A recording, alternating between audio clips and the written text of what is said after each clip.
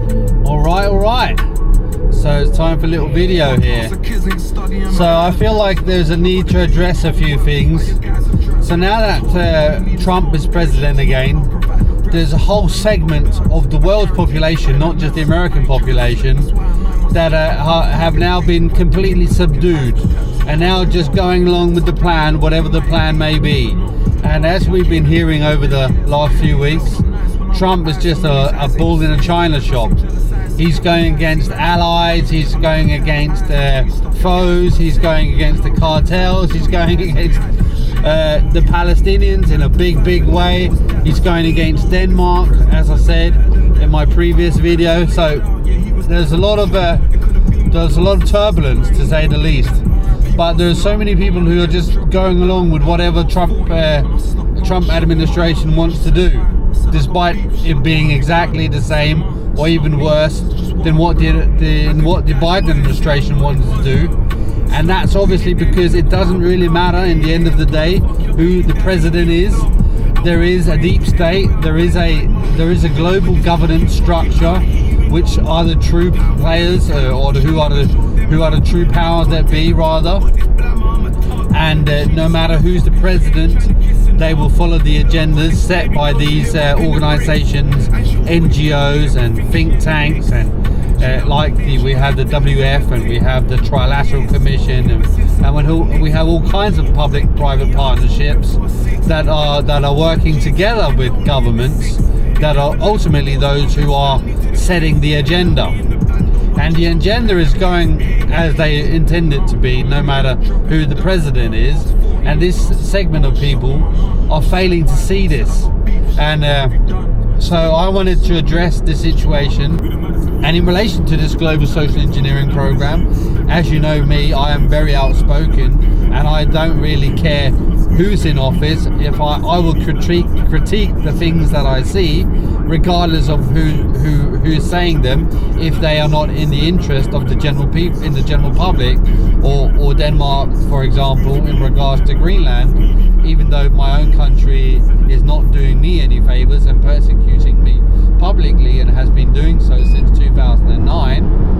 And because of my outspokenness, especially on Twitter, Musk's platform has subjected my account to severe censorship. So, and it's even their propagandists like Alex Jones, who perpetuate the Trump administration's agendas to a T, claiming to be fighting the globalists while doing exactly the opposite while being part of the globalists.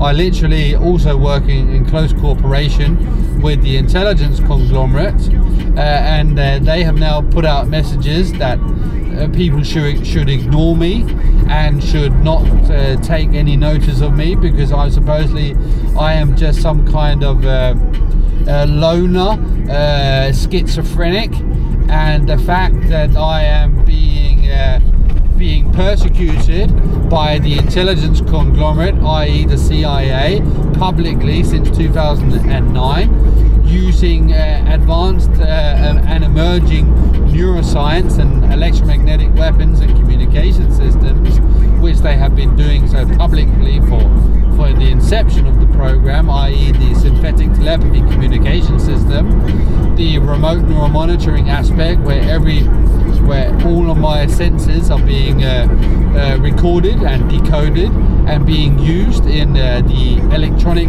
harassment campaigns and the psychological operations that are being run by the intelligence agencies using these technologies, while simultaneously everybody is being told they're not allowed to speak about these technologies.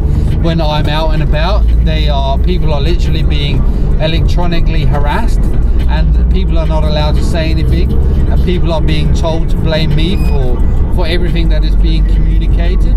And the things that are being communicated, for example, are these absurd things.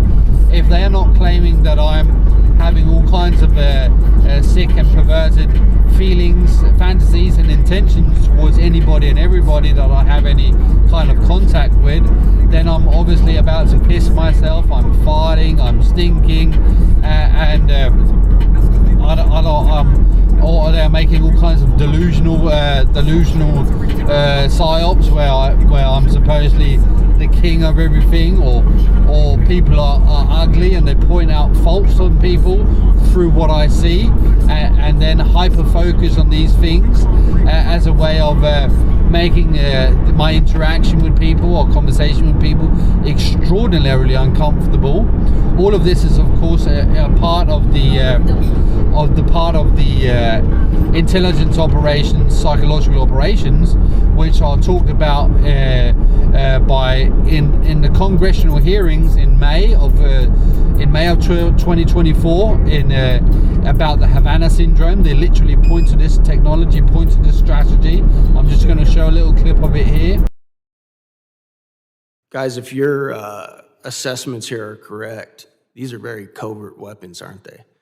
That's correct. There's no entry or exit wound. How they're designed is to make the target feel like they're crazy, like they're imagining things. And you guys also said that these attacks are happening right here in this city. Is that correct? I mean, there have been some that have gone public with respect to Washington, D.C. I think it was Mr. Grozev said you spoke to a Russian agent who said that they believe that Americans are using these same weapons on them. Is that correct? That is correct. Might that have something to do with part of the CIA's motive to cover up the existence of this tech and these weapons? That is a very logical possibility. So as you see, these are the things that are being done to me publicly, while the CIA and other intelligence agencies won't even acknowledge the same technologies that they're using publicly when adversaries use them against their own agents. This is how prolifically CIA and other intelligence agencies are using these technologies on civilians and on their adversaries.